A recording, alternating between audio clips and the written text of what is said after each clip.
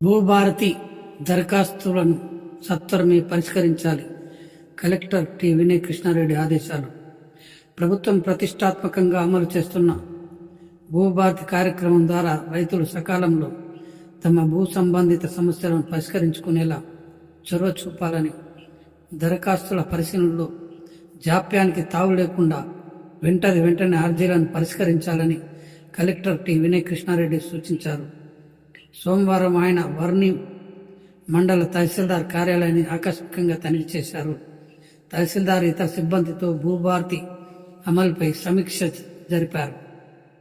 Revenue సదస్సులో వచ్చిన దరఖాస్తులు ఆయా మాడ్యూల్స్లో ఎన్ని పరిష్కరించారు, ఎన్ని పెండింగ్లో ఉన్నాయి, ఎంతమందికి నోటీసులు ఇచ్చారు, క్షేత్రస్థాయి పరిశీలన ప్రక్రియ పూర్తయిందా తదితర వివరాలను అడిగి తెలుసుకున్నారు.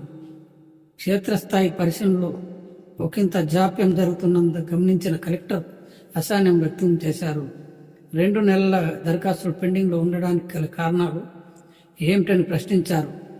నిర్ణీత గడువులోపు అన్ని దరఖాస్తులు పరిష్కారమయ్యేలా చూడాలన్నారు.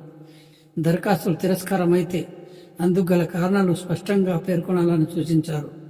సాదా బైనామా, పిఓటీలకు సంబంధించిన అప్లికేషన్లను క్షుణ్ణంగా పరిశీలన జరపాలని, వెంటనే నోటీసులు జారీ చేస్తూ క్షేత్ర స్థాయిలో వెరిఫికేషన్ నిర్వహించాలని అన్నారు. భూభారతి దరఖాస్తులకు అత్యంత ప్రాధాన్యత ఇవ్వాలని, అర్జీల పరిష్కారంలో జాప్యం జరగకుండా రోజువారీగా దరఖాస్తుల పరిశీలన పర్యవేక్షిస్తూ వేగవంతం వాటిని పరిష్కరించేందుకు చిత్తశుద్ధితో కృషి చేయాలని కలెక్టర్ ఆదేశించారు. కలెక్టర్ వెంట స్థానిక అధికారులు ఉన్నారు.